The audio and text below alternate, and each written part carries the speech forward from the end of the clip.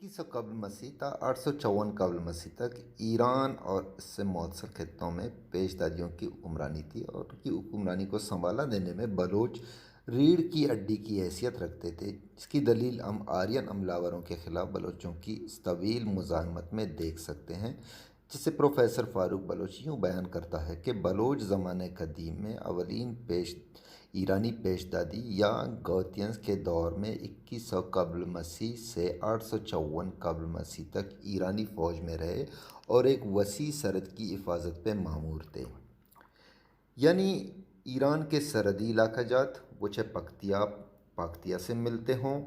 ہندوستان یا central Asia سے، ان کی حفاظت بلوچوں کے ذمہ تھی۔ اس سے اس بات کو مزید تقویت ملتی ہے کہ بلوچ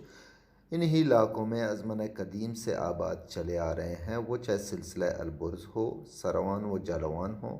جنوبی بلوچستان یا سنٹرل ایشیا کا سیم بارڈر سرخس یا بحر ارکانیہ۔ ایسا لگتا ہے کہ رفتہ رفتہ آرین حملہ آوروں نے مزید آگے پیش قدمی کے لیے اپنے حملوں میں مزید شدت پیدا کی، جس کی وجہ سے وہ ایک طویل جنگ کے بعد سیستان تک پہنچ گئے، جو بلوچوں کا ایک قدیم اور انتہائی مضبوط مرکز شمار کیا جاتا ہے۔ اسی زمانے کا تذکرہ کرتے ہوئے فاروق بلوچ رقم تراز ہے کہ اس زمانے میں سیستان پر ناروئی بلوچوں کی سیادت قائم تھی۔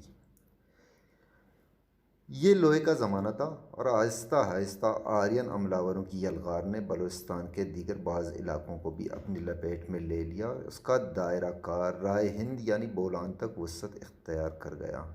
پیرک کا دم جو کچی میں آباد ہے، وہاں سے اسی زمانے کے چند ایک آثار دریافت ہو چکے ہیں، جن میں لوہے کے ہتھیار بھی موجود ہے، جو اس بات کی غماز ہے کہ بلوچ قوم کو کسی طاقتور قوت کے عملوں کا سامنا تھا۔ اس حوالے سے ڈاکٹر شاہ محمد مری اپنی کتاب مہرگڑھ سے تشکیل ریاست تک میں رقم تراز ہے کہ دور سوہم 11ویں صدی قبل مسیح سے تعلق رکھتا ہے۔ یہی دور لوہے کا زمانہ ہے۔ یہاں پر لوہے کے 5 عدد نیزے کی انیاں، 2 بلیڈز اور ایک کلاڑی ملی ہے۔ ان جنگی ہتھیاروں کی دریافت سے یہ ثابت ہوتا ہے کہ بلوچ فنون حرب و ضرب پہ مالہ رکھتے تھے، اور انہیں کسی حملہ آور کا خوف لاحق تھا۔ وہ کون ہو سکتا ہے؟ آرین یا ان کی آپسی چپ کلش؟ وصف کے ساتھ کچھ کہا نہیں جا سکتا۔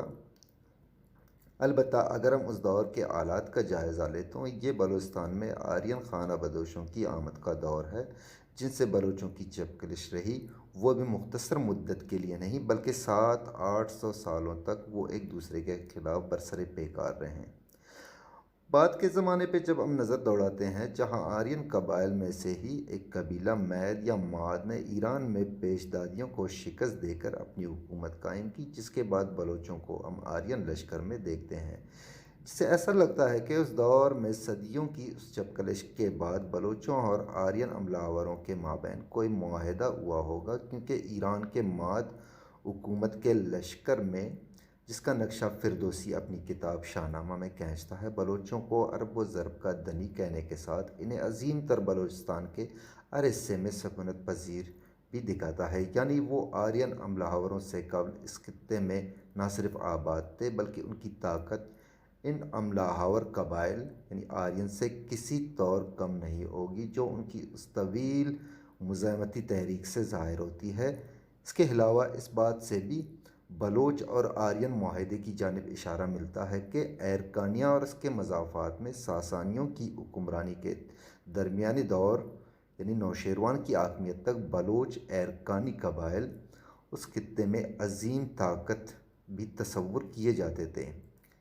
آرین قبائل کے خلاف بلوچوں کی یہ طویل مزاحمت اس بات کی غماز ہے کہ بلوچ آرین حملہ آوروں سے ہزاروں برس قبل اس خطے میں آباد تھے، اور صدیوں پہ مشتمل اس مزاحمت سے ایک تو ان کی وطن دوستی کا جذبہ ظاہر ہوتا ہے،